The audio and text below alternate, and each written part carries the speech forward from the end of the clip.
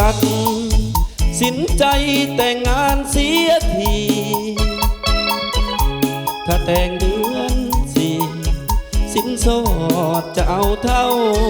ใดอย่ามัวแต่เลือดจากหน่อยเจ้าเท่าแก่ตายสัญญาว่าไว้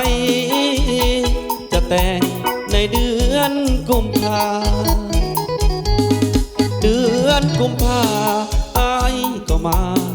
ขอแต่ง